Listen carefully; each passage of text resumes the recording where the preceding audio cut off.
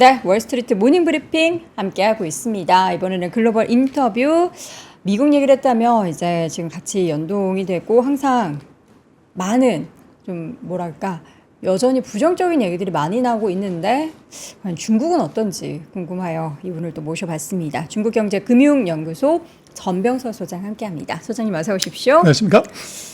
혹시 밤사이 미국 시장 많이 흔들린 거 보셨습니까? 네.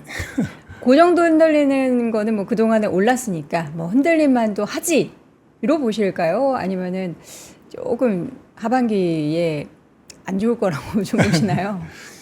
뭐 흔들릴 수도 있고 또 지금 뭐 미국의 맨 위에 정상에 있는 정치가 흔들리기 때문에 네. 그 이펙트를 또 거기 보면 테슬라 같은 경우가 네. 보통은 기업인이 정치 관여 안 하는데 이제 얘기를 많이 하죠. 네. 그래서 뭐 하반기 경기 하강에 이제 대선에 물린 것에 대한 어떻게 보면 차익 실현 욕구 그런 게 좀 있었던 거 아닌가 싶고 뭐 실적이 결국은 뭐 시장을 끌고 가는 것이지 정치 이슈나 뭐 이런 것들은 조금 일과성일 수 있겠다 그런 생각을 할 수 있을 것 같습니다. 이전에 한번 그 전기차 캐즘 관련해서 쭉 말씀을 해 주셨을 때 예. 테슬라의 이제 중국에서의 움직임을 또 같이 설명을 해 주셨었잖아요. 최근에 보면은 테슬라가 중국 시장에 확실하게 좀 많이 집중하고 있는 거는 맞죠?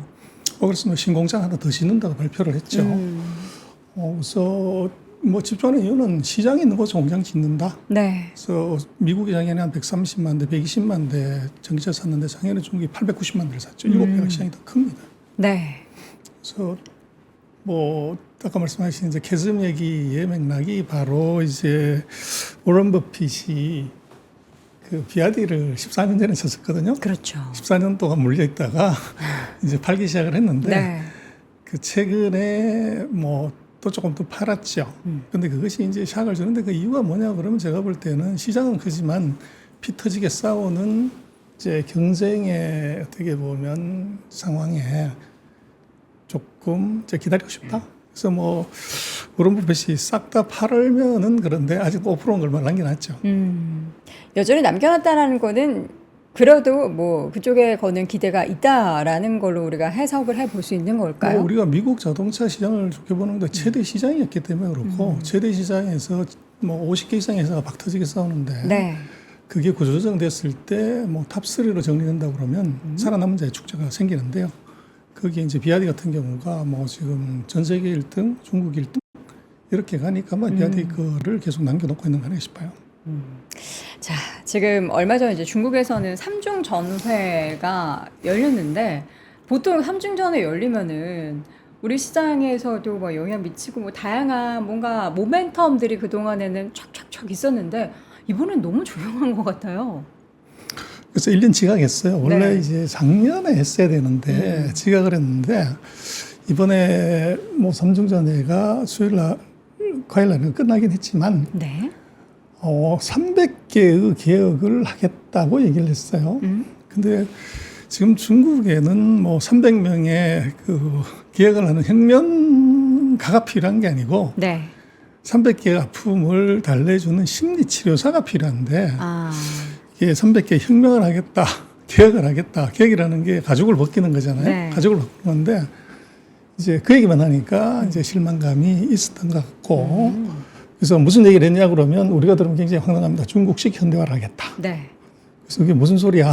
이제 그러는 건데 그래서 결국은 이제 중국 같은 경우는 뭐 한쪽으로는 이제 내수 방어, 내수 부양을 하지만 또 한쪽으로는 이 미국과의 기술 전쟁에 대한 대응 이제 이게 뭐 국가 전체적으로 큰 관심사고 또 거기다가 전력 투구를 하는 상황에서 이제 지금까지 미국을 베끼고 또 어떻게 보면 미국을 사오고 한 것 갖고는 2등까지는 했지만 이제 1등을 한다는 것은 이제 1등 뺏겨서는 못한다. 네. 그래서 소위 말하는 중국의 기술, 중국의 이제 그 제도 이걸 통해서 미국과 다른 걸 가겠다. 네. 이제 그 얘기를 이번에 뭐 굉장히 거창한 얘기를 했고요. 조금 주목할 것은 이제 그 이건 경제 그 방향에 관한 5년간의 경제 방향에 관한 얘기인데 지난번 5년 전은 약간 정치적인 색채가 강했던 이제 삼중전이었고 네. 그보다 바로 직전에 18대가 이제 정치적인 얘기를 싹 뺀 진짜 경제 얘기를 했어요. 이제 그것하고 두 개를 이렇게 비교해 보면 뭐 2만 자 넘어가는 보고서에 뭐 도표가 하나도 없어요. 그래서 이제 해석하기가 굉장히 어려운데, 근데 그 이제 키워드를 보고서 판단을 합니다. 네. 그때보다 더 많은 키워드가 뭐가 나왔냐면 가장 많이 나온 건 개혁. 개혁. 근데 2018년보다도 2020년에 많이 이제 등장한 단어가 안전이라는 단어가 나왔어요. 안전. 그리고 교육, 교육. 그다음 리스크, 뭐 이제 국방 이런 얘기가 나왔는데, 결국은 이게 중국으로서는 그 고성장 시대보다는 이제 발전을 어떻게 안정화시킬 수 있냐, 여기에 관심이 있다는 얘기고, 미중의 지금 기술 전쟁, 또 앞으로는 이제 또 다른 전쟁이 있겠지만 그 전쟁에서 이제 안전하게 가려면 뭘 해야 되냐, 이제 그것을 이번에 조금 강조했다. 그래서 이제 많은 뭐 이제 관심 있는 분들이 삼중전에서 왜 경기 부양식 안 했냐, 네. 이게 주가 흘러내리고 뭐 부동산 나쁘다고 하는데, 그런데 조금 오해하면 안 되는 것은 삼중전은 5년에 한 번 하는 회의이고, 요것은 5년의 마스터 플랜을 얘기하는 큰 그림을 얘기하는 것이지 경기 부양식을 얘기하는 건 아니에요. 경기 부양식은 언제 하냐면 그 지금 이게 중앙 그 삼중전은 공산당 의원이 9,119만 명이나 돼요. 근데 그 중에서 네. 다 못 모이니까 205명이 모여서 하는 거예요. 근데 그 중에서 베스트 25. 또 뭐, 25명. 그렇죠. 그 사람들이 매달 모여서 일을 하는데, 네. 4월, 7월, 12월이 경제정책을 논하는 자리입니다. 그래서 7월 달이 하반기 경제정책을 이제 결정하는 중요한 자리가 되는데, 그게 아마 이번 주 말 또는 다음 주 초에 이루어지게 돼요. 그래서 그 7월 달 정치국회에서 구체적인 경기 부양책에 관한 얘기가 나올 가능성이 높다. 네. 그렇게 보십니다. 그러면 이제 이번 삼중전에서 우리가 뭐 이렇다 할 내용이 없더라도 7월 하순에 예정되어 있는 이런 경제 관련한 회의에 어떤 내용들이 있는지가 제일 중요하다라는 말씀이시군요. 그렇습니다. 그래서 아까 제가 뭐 그 말씀을 드렸지만 300명의 심리치료사가 필요하다고 하는 것이, 네. 중국이 뭐 외환보유고가 줄었거나 이제 돈이 대부분 뭐 다른 데로 외출을 했거나 이런 건 아니고요. 돈은 있는데 쓰지 않는다는 거죠. 네. 그래서 중국 경제 뭐 얘기를 하자면 혹시 차트가 지금 나올 수 있는지 모르는데, 어떤 자료를 보여드릴까요? 그 소비 증가율을 하고 소비 심리 지수를 한번 보시면, 그 제가 핸드아웃에 드렸던 세 번째 그림 한번 올려주시면요. 소비 심리와 소비 증가율 그렇죠. 차트 한번 보겠습니다. 그걸 보면은 소비 심리 지수가 이제 2021년부터 급속도로 이제 나빠지죠. 그래서 요게 이제 그 80대로 뚝 떨어졌는데, 네. 이게 안 올라오는 겁니다. 그래서 이걸 어떻게 이제 하냐는 건데, 뭐 14억의 인민들의 일거수일투족을 핸드폰으로 통제할 수는 있지만, 네. 핸드폰 뒤에 이제 숨어 있는 사람의 마음은 통제가 안 되는 거죠. 바로 저 차트인데 보시면 중국 경제 왜 나쁘냐 하면 뭐 수출도 잘 되고 있고 생산도 되는데, 거기에 소비가, 저 파란색 차트가 소비 증가율인데, 저게 6월 달에 2%까지 떨어집니다. 그래서 저희 가만 내버려두면 저게 마이너스로 갈 수가 있는 거죠. 근데 그 배경은 보시면은 바로 저 차트의 밑에 빨간 색깔 소비 심리가 이제 훅 떨어져서 저게 이제 개선이 안 되는 겁니다. 그래서 저걸 어떻게 올릴 거냐는 것이 이제 그게 핵심이고, 그래서 중국 정부의 그 모든 관심사는 여기에 맞춰져 있다고 봐야 됩니다. 네. 지금 이제 중국에서는 어쨌든 저렇게 좀 침체되어 있는 내수를 끌어올리기 위한 여러 가지 뭐 정책들을 펼치고 있고, 또 앞으로도 펼칠 예정일 텐데, 최근에 나왔던 것 결정 중에서는 깜짝 금리 인하 소식이 있었어요. 근데 이게 이제 중국에서도 심각한 거를 알고는 있는데, 지금 당장 할 수 있는 것들이 사실 다양하진 않고, 또 실질적으로 뭘 한다고 해서 효과도 이렇게 즉각적으로 나오지가 않고 있는 상황이잖아요. 금리 인하가 미치는 영향 어떻게 좀 긍정적으로 보십니까? 요것은 부동산 경기의 바닥 탈출 조짐에 마중물을 부었다, 그렇게 볼 수 있을 것 같아요. 아까 보여드린 차트, 그 다음 차트 잠깐 보여줄 수 있으면 좋겠는데요. 네. 중국의 지금 신규 주택 가격은 이제 뭐 드라마틱하게 빠졌어요. 그런데 재미난 것은 최근에, 지금 저 차트를 보시면 가격이 이제 2015년 정도보다는 조금 뭐 덜 빠졌지만 이게 이제 훅 빠진 게 나오죠. 네. 그런데 이게 뭐 영원한 뭐 상승도 없고 하락도 없는데, 중국의 소담 차트 보여주시면 이 재고가 안 팔린 집의 재고가 그게 이제 역대 그 최대였어요. 그래서 그게 2016년에 사상 최대였다가 이번에 그걸 살짝 깼다가 지금 줄고 있습니다. 네. 그리고 최근에 보면 중국이 대도시 중심으로 이제 거래량이 늘어나요. 가격은 떨어지지만 이 얘기는 뭐냐면 이제 저점 매수 주식시장용으로 하자면 그래서 집값이 떨어질 만큼 떨어졌다. 네. 그렇게 보니까 이제 재고 면적이 감소하는 게 보이는 거죠. 거기에 이제 스마트마니가 사실 먼저 들어왔다고 봐야 되고 네. 그랬을 때 정부로서는 우리가 그 부동산을 좌시하지 않는다. 그리고 우리가 부양책을 쓴다고 하는 그래서 뭐 제가 볼 때는 부동산이 안 좋고 이러면은 뭐 금리를 10bp를 내렸어요. 근데 한 30bp 내리지 뭘 10% 내냐. 그게 이제 어떻게 보면 정책 의지를 보여주는 이제 그런 시그널이었다. 네. 그래서 제가 볼 때는 부동산 재고 면적 저점 매수가 들어온 상황에서 정부의 의지를 보여주는 마중물 같은 그런 역할. 그래서 만약에 7, 8월에 만약 수치가 더 나빠진다 그러면 네. 추가적인 금리나 자금 지원이 있을 수 있을 것 같아요. 네. 지금 이제 어쨌든 주택 관련한 부동산 시장에 대해서 바닥 시그널이 나오고 있고 지금 금리 인하로 인한 앞으로의 뭔가 수요를 더 만들 수 있는 상황이 펼쳐진다면 부동산 시장의 또 다시 회복 거기에 따른 이제 중국 경기에 조금 더 드라이브를 걸 수 있는 그런 상황들이 연출될 거다라고 우리가 생각해 볼 수 있는데 그게 또 계속 얘기 드리지만 단기적으로 팍 이렇게 치솟을 만한 그런 상황은 아니기 때문에 실제 중국 경기는 과연 언제 회복이 될지 그리고 지금 중국 경기 뭐 안 좋다 안 좋다 하는데 어떤지가 궁금한데 우리 소장님께서는 중국에 또 최근에 또 자주 오가셨다고 들었어요. 근데 어제 밤에 들어왔는데요. 어젯밤에 들어오셨어요? 네. 상하이하고 베이징을 한 일주일 정도 다녀오셨군요. 이제 지난주는 상하이, 이번 주는 베이징을 쭉 둘러봤는데 네. 뭐 눈에 띄는 것은 소비 부진이 있어요. 그래서 일단 뭐 대형 쇼핑몰이 한산한 건 분명하고 그래서 중국 경기 어떻게 보냐면 식당을 보면 돼요. 식당하고 고속도로를 보면 되는데 네. 식당에 뭐 이제 중국은 먹는 거 좋아하기 때문에 뭐 괜찮은 식당에 점심 때 줄 서고 저녁에 한 5시 되면 중국은 더 이상 예약을 안 받아요. 그 식당 앞에 의자를 쫙 갖다 놓고서 이제 앉아 기다리는데 샹하이 베이징에 그런 걸 볼 수 없었어요. 그래서 이제 소비 경기 안 좋다 그렇게 볼 수가 있는데 네. 그래서 제가 준비한 차트 한번 보여주시면 네. 그 2, 4분기에 중국 GDP가 전 세계 성장률고 차트 먼저 한번 보여주시고요. 2, 4분기에 보면 중국이 뭐 5.1을 할 것 같다 GDP가 그런데 4.7밖에 못했어요. 근데 그게 이제 왜 그랬냐를 보면 가장 중요한 것이 이게 소비였습니다. 소비. 그래서 그 차트 보시면 안 나오는데요. 제 경제 지표가 쭉 있을 때 GDP가 4.7인데 네. 소비가 2.0밖에 안 됐어요.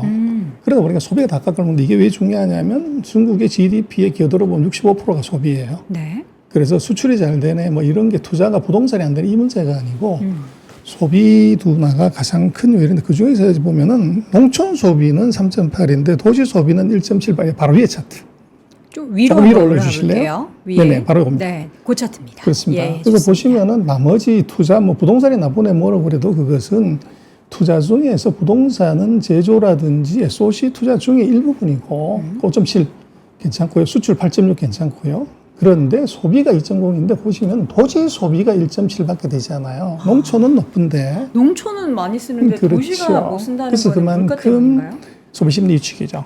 그래서 그 이유는 이 주가하고 부동산이 떨어지면서 역자산 효과가 지금 생기는 겁니다. 우리도 예를 들어서 20억 하던 집이 10억 되고 네. 샀던 주식이 5억이 2억 5천 됐다고 그러면 못 그 정도 돈이 있다고 하면 사실은 뭐 현금이 캐시아웃, 번아웃 되는 건 아니죠. 네. 근데 돈을 못 쓰는 그런 현상이 지금 나타나고 있고 그래서 지금 중국으로서는 이제 소비 증가율이 6월 달에 이게 2.0까지 떨어졌기 때문에 가만 내버려 두면 그중에 특히 상품 소비 같은 경우는 1.5까지 떨어졌어요.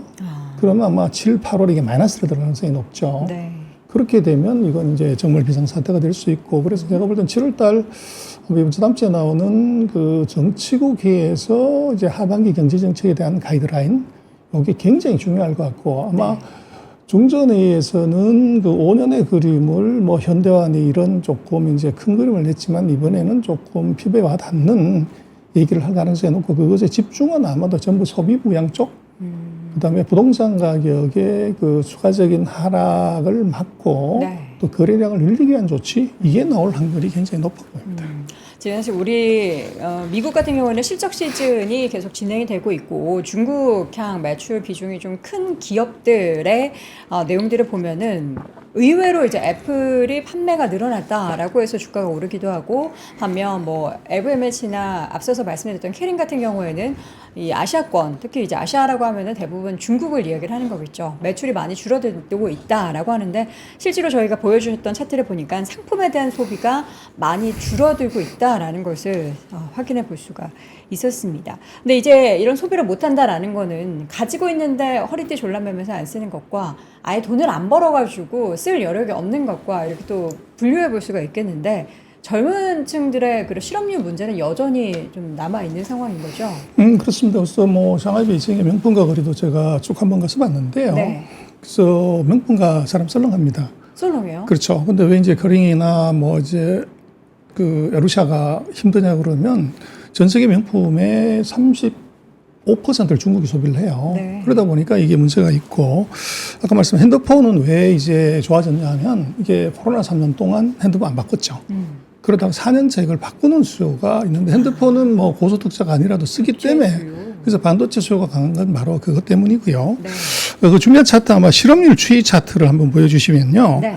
전체적인 중국의 실업률은 좌측 차트 보시면은 떨어지는 중이에요. 그래서 그게 한 6에서 5까지로 지금 떨어져서 돼 있지만 오른쪽을 보시면 연령대별로 이제 청년 실업률 요걸 보면은 이게 이제 14.9, 15에서 지금 5월 달에 14까지 살짝 떨어지긴 해요. 네. 그러나 전체 실업률은 5%인데 청년 실업률이 14, 5%대라고 하는 게 이게 심각하다는 얘기를 하는데요.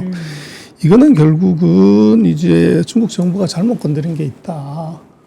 땅하고, 그 다음에 이제 맹자 엄마. 네. 친구 잘못 건드리면 절대 안 되는 게 중국인데, 중국이 땅을 갖고서 이제 농민들에게 이제 땅 주겠다 해서 나라를 세운 나라인데, 이게 부죠. 그리고 플랫폼 기업. 이게 바로 친구를 연결해주는 중요한 이제 매체인데, 네. 그리고 뭐 아들 교육이라고 그러면 뭐 집도 옮기는 2500년 전에 이미 맹자 엄마가 교육에 대해서 그렇게 열성적이었는데 이 세 가지는 이게 최근 4년 동안 중국 정부가 세게 건드렸죠. 네. 근데 문제는 이 세 개 산업이 다 젊은 층들이 가장 취업 쉽고 플랫폼 기업, 또 고수익을 낼 수 있는 부동산 중개업, 네. 그리고 일타 강사. 이건 이제 젊은이들의 그 선호일 직장인데 이걸 내리 4년 동안 이제 통제를 해버린 거죠. 그러다 보니까 이제 청년 실업률이 높아지는 것이 있죠. 근데 이제 뭐 이런 현상, 아까 말씀드린 전체 실업률은 5%대로 떨어졌는데 청년 실업률은 15%라고 하는 것은 네. 다른 측면에서 해석을 해보면 중국의 그 16세부터 24세까지 청년 인구 비중이 10% 정도 됩니다. 그러면 나머지 인구들의 실업률은 계속 요건 떨어진다는 것은 코로나가 끝나고 나서 중국이 빨리 물건 만들어서 수출을 해야 되는데 그때 신입사원 뽑아가지고 인구도 뭐 많이 남으니까 네. 신입사원 뽑아서 교육 훈련시켜서 하기에는 시간이 촉박하니까 경력자를 많이 채용했다는 거죠. 네. 코로나 3년간 뭐 실업자가 많았으니까. 그래서 지금 현상은 그러나 아까 보신 것처럼 15%대에서 14%대로 청년 실업이 약간 떨어지는 건 있어요. 그래서 트렌드는 그렇게 가는데 결국은 그것은 이제 내수 소비가 늘어나서 내수 기업들이 고용을 늘렸을 때 청년 실업이 줄어들고 또 이제 저가품에 대한 수요도 같이 늘어나는 네. 그런 현상이 나타날 수가 있을 것 같아요. 네. 저는 아까 이제 키워드에서도 교육을 말씀해 주셨고 이번에 취업 관련해서도 일타 강사 말씀해 주셔가지고 중국의 교육 열기가 굉장히 뜨겁군요. 뭐 우리보다도 심하죠. 칭화베이다 더 심해요. 부단이라고 하는 스카이 대학 관련은 초등학교 때부터 가입시키죠. 아 그래요. 그래서 뭐 이제 그렇게 볼 수가 있을 것 같아요. 지금 뭐 우리나라 대학들이 잘하고는 있지만 네. 최근에 나온 아시아 대학 랭킹에서 중국의 한 탑5 대학 이제 그 레벨의 한국의 이제 탑3 대학이 비슷하거나 그보다 훨씬 더 미친 상황. 그러다 보니까 이제 중국의 그런 명문대학 가기가 이제 미국 유학가보다 더 어려워진 거죠. 경쟁은 치열하고. 네. 그래서 그런 이유가 존재를 하기 때문에 그렇습니다. 중국은 사실 이제 코로나를 겪으면서 내수가 정말 많이 침체가 됐고 그것을 회복하기 위한 일들을 지금 2년째 계속해서 열심히 하고 있는데 중국 정부의 계획은 뭘까요? 뭐 내수는 빠르게 끌어올리려야 끌어올릴 수 없는 그런 상황이라서 그것은 이제 천천히 끌어올리고 수출을 통한 뭔가 혁신을 좀 꿈꾸는 것 같기도 한데 그게 이제 계획대로 될까 싶기도 그건 하고요. 아니고요. 그래서 말씀을 드렸지만 중국의 GDP에서 65%가 이제 소비, 25% 내외가 네. 이제 투자, 많았을 때 한 14, 5%가 수출이에요. 그래서 수출이 되는 것은 뭐 이제 힘든 시기에 플러스 요인은 되지만 그걸로 미국, 중국이 당연할 다시 수는 없다. 뭐 이제 다시 간다. 이거는 좀 넌센스고. 네. 지금 차트 한번 보여주시면 5번 주제 차트를 보면요. 네, 중국 30년 중 5번의 경제 위기 차트. 그렇죠. 그 차트 보여주시면 되는데 지금 중국이 왜 문제냐는 것은 중국이 뭐 위기가 처음은 아니고 이미 5번째예요. 5번째는 그렇습니다. 그래서 오늘 명목이 실질보다 낮게 들어가는 소위 말하는 디플레 느낌이 있다는 그게 지금 문제인데 그래서 지금 이제 그 다음 차트 한번 보여주시면 제일 유사한 게 98년 아시아 금융 위기 때 그 다음 차트죠. 예, 그거 있습니다. 보시면은 이게 마이너스가 나온 게 지금 파란색 점선인데 저게 연속 7분기가 마이너스가 나와요. 그러면 이제 디플레 느낌이 있으니까 사람들이 돈 안 썼던 거죠. 근데 지금이 지금 빨간색으로 나오는 것이 6분기째 지금 마이너스예요. 그러다 보니까 이제 문제가 되는 거고. 근데 보시면은 이제 IMF 때하고 지금하고 보면 마이너스의 폭이 그때보다는 훨씬 얕아요. 네. 그래서 이제 IMF하고 지금하고 비교해 봤을 때 어떻게 엄중하냐 그러면 그건 IMF 때가 심한 건데 그러면 중국이 지금까지 트렌드를 봤을 때 6분기인데 한 7분기, 한 분기 정도를 더 지나가면은 이게 플러스로 돌아서는 가능성이 있어 보이고 네. 또 중국 정부가 그 사이에 최근 6개월 동안에 엄청난 경기 부양책을 썼어요. 그러나 이제 사람의 마음은 금방 안 돌아서는 거죠. 한번 돌아서면. 그래서 3, 4분기는 제가 볼 때는 2, 4분기의 GDP가 예상보다 낮게 나온 것이 오히려 약이 될 수 있을 것 같아요. 그래서 아마 3, 4분기에는 지금까지는 실물 경기에 이제 부합하는 경기 부양을 하는 정책을 많이 썼고 아마 7, 8, 9월에는 금융정책. 그래서 그 사이 사실은 중국, 미국이 뭐 이제 금리를 잘 안 내리니까 금리를 화끈하게 내린다거나 돈을 화끈하게 푸는 이런 것들을 잘 못했어요. 네. 그래서 당장 실물이 급하다 이렇게 봤던 것도 있고 그래서 아마 제가 볼 때는 이번 정치국 회의 이후에는 금융 정책에 이제 집중된 그래서 말씀하신 실물은 경기 부양책을 쳐도 그게 이제 효과가 나기 위해서는 6개월, 9개월의 시차가 있는데 금융은 돈을 바로 집어넣기 때문에 아마 7, 8, 9월에는 중국에서는 이제 금융 정책 요거를 좀 주목해서 볼 필요가 있을 것 같아요. 중국이 근데 그렇게 지금 돈을 풀 수 있는 여력이 있는 걸까요? 지금 보니까 뭐 세수 부족이다, 뭐 재정이 이렇게 좋지 않다라고 하던데 돈을 그렇게 풀 만한 상황이 되나요? 그래서 그게 참 그 미국도 재정 적자가 크게 나잖아요. 네. 한국도 재정 적자가 크게 나요. 네. 근데 전 세계에서 정부 부채율이 가장 낮은 나라가 중국인데 중국으로 재정 적자 내서 채권 발행해가지고 이게 경기 부양을 못하냐. 한국이나 예를 들면 미국은 부채 발행 한도가 있어가지고 그렇지만 중국은 당이 명령하면 바로 할 수 있는 거죠. 네. 그래서 그걸 이제 중국의 상황을 조금 깊이 보지 않고서 이제 경기 부양책을 정부가 적극적으로 하지 않는 것을 해석을 그렇게 해버린 거고 아마도 이제 하반기에 봐야 되겠지만 정부가 국채 발행해서 경기 부양하는 것들은 아마 본격적으로 할 것 같아요. 네. 그래서 그거는 제가 볼 때는 서방 세계 기준으로 중국의 최근 행태를 보고서 이제 경기 부양할 능력이 없다, 세수 능력이 없다고 그러는데 그것은 정부의 재정 능력을 너무 과소평가하는 것 때문에 그런 얘기가 나온 것이고 그것은 조금 잘못된 인지다 이렇게 보여져요. 네. 자, 그러면 지금에 나오고 있는 부양책들이 어쨌든 중국으로서는 최선의 정책들일 수밖에 없다로 평가를 할 수밖에 없네요. 그 최선이 아니라 네.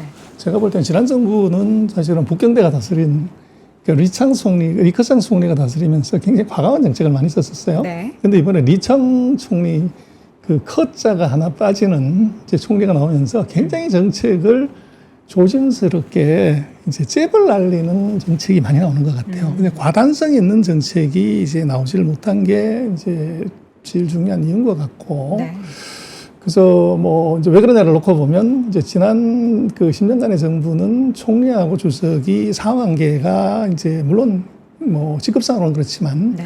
독립적인 경제 정책을 했었어요. 근데 이번에 이 장 총리는 비서 출신이고 어떻게 보면 관령 총리가 되다 보니까 굉장히 정책에 있어서 그 상황의 위중성에 어떻게 보면 판단이 조금 조심스럽게 가다 보니까 찔끔찔끔하는 네. 결국은 다 하면서 그래서 아마 될 때까지 이제 부양책을 내고 될 때까지 규제하는 그런 스타일의 정책이 최근 3년간 이루어진 것 같아요. 네.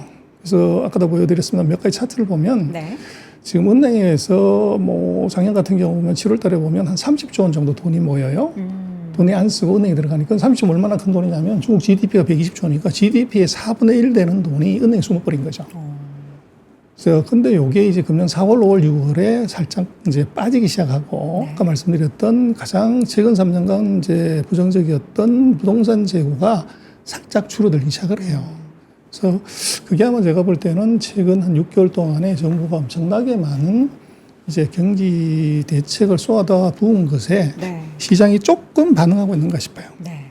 어쨌든 우리가 중국이 뭔가 한다면 즉각적으로 하고 숫자도 팍 끌어올리고 경기도 부양하겠다 하고 하면 그동안에는 콱콱 하는 그런 모습들을 봐서 지금 엔데믹 되고 나서 너무 느린 거 아닌가, 이거 회복된다며 하면서 의구심을 제기하고는 있지만 천천히 계속 걸음을 걷고 있는 상황은 근데 그건 맞네요. 그렇게 봐야 될 것 같아요. 과거에 말씀하신 10%, 5% 팍팍할 수 있었던 것은 네.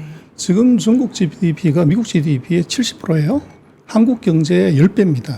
그래서 과거에 이제 중국 GDP가 그 90년대 초중반에는 우리나라 GDP가 중국의 83% 갔었어요. 근데 그게 역전이 돼가지고 그것을 우리가 10분의 1이 안 되기 때문에 우리도 경제 정책을 냈을 때 그게 반영되는 속도가 상당히 느린데 네. 이보다 더 10배가 큰 나라가 과거처럼 그렇게 확확 갈 수가 있냐?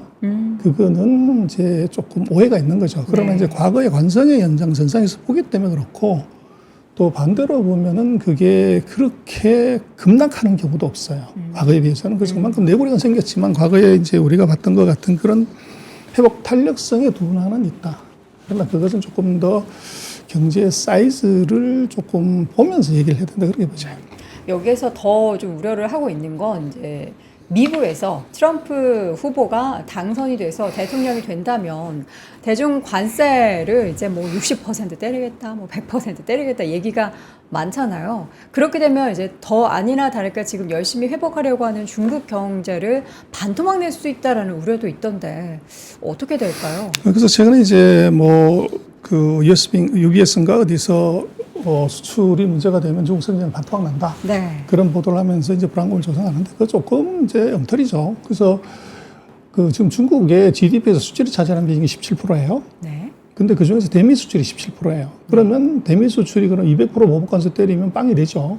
그러면 2.89% 정도 마이너스가 나오면 지금 5% 성장한다고 하면 중국 성장이 한 2%뭐 되니까 반토막 나는 게 맞아요. 네네. 그러나 이건 구조적으로 불가능한 것이 그냥 구조적으로 이제 불가능하다. 그렇죠. 매크로로 그냥 숫자 때린 것인데 네. 지금 그 이전에 만약에 그런 상황이 벌어지면 미국 주가가 대폭락할 위험이 있어요. 그렇죠. 첫 번째는 맞죠? 애플 이펙트입니다. 애플. 애플은 지금 만들고 있는 모든 제품을 뭐 인도로 다 옮겨가네 하지만 여전히 90%를 중국에서 만들어요. 그러니까 향후에 옮겨갈 수는 있지만 어쨌든 그 그렇죠. 공장을 짓는 그 기간은 그래서 중국산 중국에서. 제품에 100%, 200%, 50% 보복관세를 때린다면 애플 대장이 돼요. 네. 두 번째는 월마트 이펙트예요. 그래서 월마트. 뭐 중국에서 만들어지는 많은 물건들이 월마트에 들어가는데 월마트에 판매하는 물건의 46%가 메이드 인 차이나예요. 네. 그럼 3억 2천만 명이 쓰는 거대한 물품을 최저 가격으로 공급할 수 있는 나라가 중국 외에 있으면 그 메이크 센스한데 없으면 100%를 때리든 50%를 때리든 그것의 부담은 미국 소비자가 하게 돼요. 그렇게 되면 어떻게 되냐? 세계에서 1등하는 시총하는 회사가 보복관세를 맞았다? 나스닥이 이제 가만히 있을 수가 있냐는 거죠. 네. 그래서 제가 볼 때는 그런 추론은 너무 나이브하게 하는 것이고 안을 들여다보고서 가면 그리고 아까 말씀하신 100% 보복관세 때린다고 하는 것도 그게 뭐냐면 전기차에 그렇게 때린다는 거예요. 전기차. 그렇죠. 테슬라. 그리고 자동차. 근데 그건 웃기는 얘기인 것이 중국은 미국으로 전기차를 수출하는 게 없어요. 그쵸. 테슬라가 있는데 거기다 예. 뭐 테슬라도 만약에 중국에서 만들면 사실 미국으로 다시 가져간다기보다는 중국 안 하고 유럽으로 네, 가는 거죠. 그렇죠. 미국으로 가는 게 아니에요. 네. 그리고 자동차도 뭐 200% 때리겠다고 그러는데 중국이 정의는 한 480만 대 정도 차를 수출했는데 그래서 세계 3등 뭐 1등 뭐 이런 얘기를 하는데 네. 북미 수출은 그 중에서 9만 7천 대밖에 안 돼요. 그래서 중국 1년 차를 얼마나 생산하냐 그러면 3,500만 대를 사요. 그 중에서 9만 7천 대의 보복 관세 맞았다고 그래서 중국 경제가 휘청거린다. 이렇게 보는 건 그것은 너무 나이브하게 제 감정의 연장선상에서 중국을 보거나 너무 무리한 이제 매크로 수치에다가 퍼센테이지 곱해서 나오는 거고 네. 안을 들어가서 정치하게 보면은 그것은 정치적인 대선판에 어떻게 보면 러스트벨트의 그 노동자들의 표를 사기 위한 이제 표심사기용 발언이다. 이제 그런 쪽으로 보는 것이 맞고 그것 때문에 자동차 전기차 때문에 중국 경제가 휘청거릴 수 있냐? 이것은 너무 좀 과장이 돼 있는 것 같아요. 중국의 현재 기술력은 어떤가요? 지금 미국에서 뭐 자꾸 기술 막겠다, 뭐 못하게 하겠다 하는데 그래가지고 중국은 우리가 알아서 할 거야. 기술 굴기 하고 있는데 실제로 많은 다양한 첨단 산업에 있어서의 기술력이 좀 많이 올라와 있습니까? 뭐 설명을 이제 말로 하면 이제 복잡해지는데요. 네. 그 8번 제가 그 준비한 자료요? 핸드아웃에 첫 번째 차트 한번 보여주시죠. 네. 그래서 그 2022년 10월부터서 미국이 중국의 반도체 장비 기술 서비스 제공을 다 통제를 했어요. 네. 근데 보시면은 저게 반도체 생산량 추인데 중국이 2021년, 2년, 2023년 상반기까지 생산이 줄어들어요. 근데 작년 4, 4분기 금년 들어서 반도체 생산이 급속도로 늘고 있어요. 네. 이 얘기는 중국이 반도체 생산을 완전히 못하는 것이 아니라 미국 반도체 생산에 구멍이 뚫렸다. 네.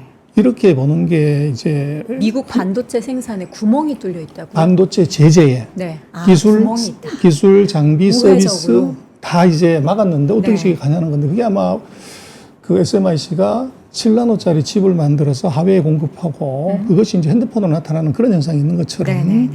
그 다음 페이지 한번 보시죠. 네.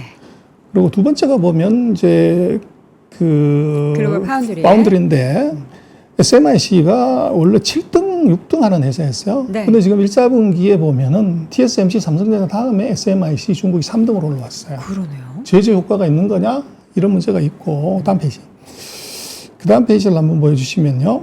예, 바로 통신 근데 장비 점유율. 이게 뭐냐면 하웨이를 제재를 해서 5G 통신 장비 쓰지 마라. 전 세계가. 그런데 제재를 받아서 2021년에 보시면 31% 중에 28%까지 점유율이 떨어지다가 네. 다시 작년에 30%로 올라왔고 국별로 보더라도 41%가 중국 장비였는데 저게 떨어지다가 2020년 다시 41% 올라왔어요. 네. 통신 장비에 대한 제재가 효과가 없었다는 얘기고 그리고 여전히 중국이 5G 장비 이거 팔고 있다는 얘기죠. 다음 페이지 한번 보시죠. 네. 그래서 이거 왜 이러냐 그러면 물론 최첨단이 아니라 이제 레거시 장비들이 수요가 큰 것도 있는데 문제는 이게 바로 TSMC 최근 언론에 많이 보도되고 있는 TSMC의 2, 4분기 지역별 수출 비중을 보면 중국이 저게 9%까지 떨어졌다가 최근에 16%까지 올라왔어요. 네. 중국으로 팔고 있다는 얘기고 오른쪽에 보시는 것이 보면 ASML이 이제 팔고 있는 장비인데 보시면 저 맨 위에는 빨간 색깔 저게 리소 장비, 노광 장비의 전 세계의 판매 비중이에요. 그걸 보시면 저게 작년 말부터 중반부터 시작을 해서 세계 최대의 노광 장비 이 구매자가 중국입니다. 그래서 지금 사실은 TSMC나 ASML이 완전히 막아줘야 되는데 네. 뭐 이게 애국심보다는 미국보다는 돈이다. 이런 이펙트가 있고 그래서 지금 중국이 이게 그 레거시 쪽에서 시장을 완전히 장악을 해 들어가는 그런 불상사가 이제 생길 수가 있고 또 우리 같은 경우는 최첨단을 지금보다 더 빨리 가지를 못하면 이게 레거시에 발목 잡혀가지고 꼭 요소수 사태 같은 것이 나타날 수 있죠. 5나노, 3나노 칩은 못 만드는데 이제 예를 들어서 40나노, 80나노 칩을 우리는 생산을 안 하다가 보니까 이걸 중국에 의존하게 됐을 때 문제가 있고 네. 또 우리로서는 지금 이제 기술의 최첨단 기술에만 많이 포커스를 하는데 한국의 지금 뭐 무역수지 흑자나 기술의 최첨병이 반도체하고 배터리 전기차거든요. 근데 우리가 정말 조심해야 되고 중국을 잘 봐야 되는 것은 반도체하고 배터리 전기차에 들어가는 소재의 40에서 80%를 중국에서 가져와요. 근데 미중의 전쟁이 격화됐을 때 뭐 그런 말이 있죠. 원숭이 길들이려고 이게 닭을 잡아 피를 보여준다고 상대를 직접 때리기 어려우면 중간에 있는 이제 조금 약한 자를 때리게 되는데 거기에 한국의 피해를 입을 확률이 무지 높아요. 그래서 지금 우리가 대중관계에 있어서 정말 조심해야 되는 것은 원자재 공급국으로서의 중국을 이거 제대로 관리를 못하면 새로운 대통령이 미국에서 등장해서 중국과의 갈등이 이제 커졌을 때 예를 들어서 보복 규제를 많이 해서 뭐 중국의 대미 무역이 줄어든다고 하면 그건 우리 반사적 이익이 되죠. 네. 그러나 기술 전쟁이 벌어졌을 때 중국이 지금 전 세계 히토류 첨단 산업에 반드시 들어가는 이것의 비중이 거의 60% 이상이 중국이고 미국도 보면 핵심 5대 광물, 8대 광물에 이제 대중국 의존도가 90%가 넘어요. 그래서 우리로서는 그 리스크를 조금 생각을 하고서 준비를 해야 되겠다. 그렇게 생각됩니다. 알겠습니다. 오늘 중국 이야기를 하면서 결국 이제 미국과 중국 간의 관계, 그 안에서 또 우리나라의 입장이 또 어떻게 되는지까지도 이야기를 드려봤고요. 오늘 글로벌 인터뷰 시간 중국경제금융연구소 전병서 소장 함께했습니다. 소장님 고맙습니다. 박근영, 이선영, 사경인, 염승환 투자 마스터들의 세심한 케어로 건강한 투자 습관을 만드세요. 3프로 멤버십 3프로 앱에서 확인하세요.